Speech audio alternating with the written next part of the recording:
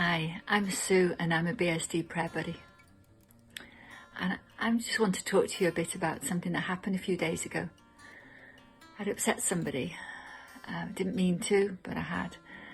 So the next day I went round to her house to apologise. Let's call her Sarah. I went round just to say I was sorry, but she wouldn't accept my apology. In fact, she was quite nasty and said some quite hurtful things.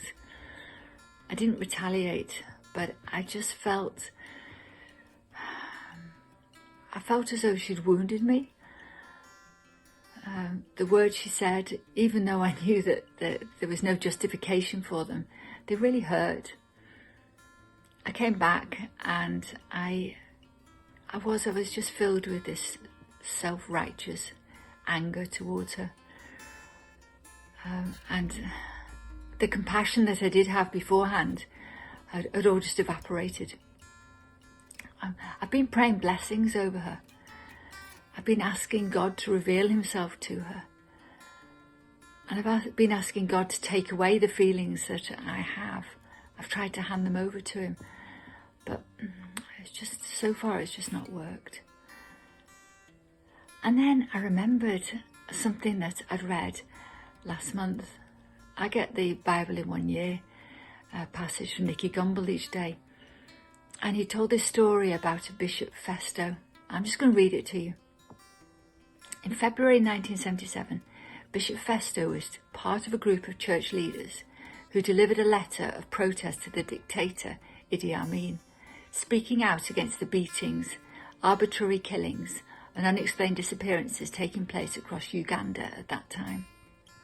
The next day, Festo's friend and leader, Archbishop Giannini, was murdered by Idi Amin, and Bishop Festo was driven into hiding and then into exile. Soon afterwards, Festo published a book entitled I Love Idi Amin. In the book, he explained the extraordinary title. The Holy Spirit showed me that I was getting hard in my spirit, so I had to ask for forgiveness from the Lord and for grace to love President Amin more. This was fresh air for my tired soul.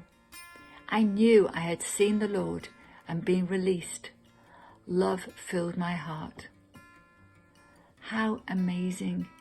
His friend was murdered. It wasn't just a little squabble and some unkind words said. His friend was murdered. And yet he was soon in a position to love him and to tell others that he loved him. I want that. I love these sort of stories. It's such an encouragement, these testimonies.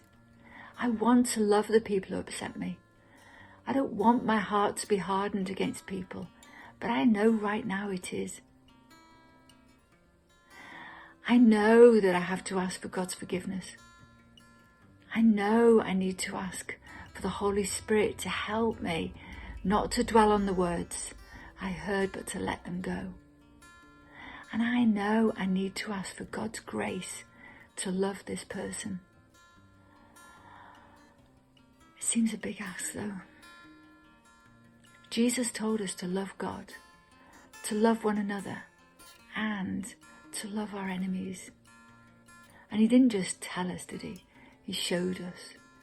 We've got lots of stories of how he did it, of what he did. I need that grace from God. I need to be filled with the Holy Spirit, to be filled with God's love for Sarah. Come, Holy Spirit, and fill my heart now, I pray. Fill my heart with love for her.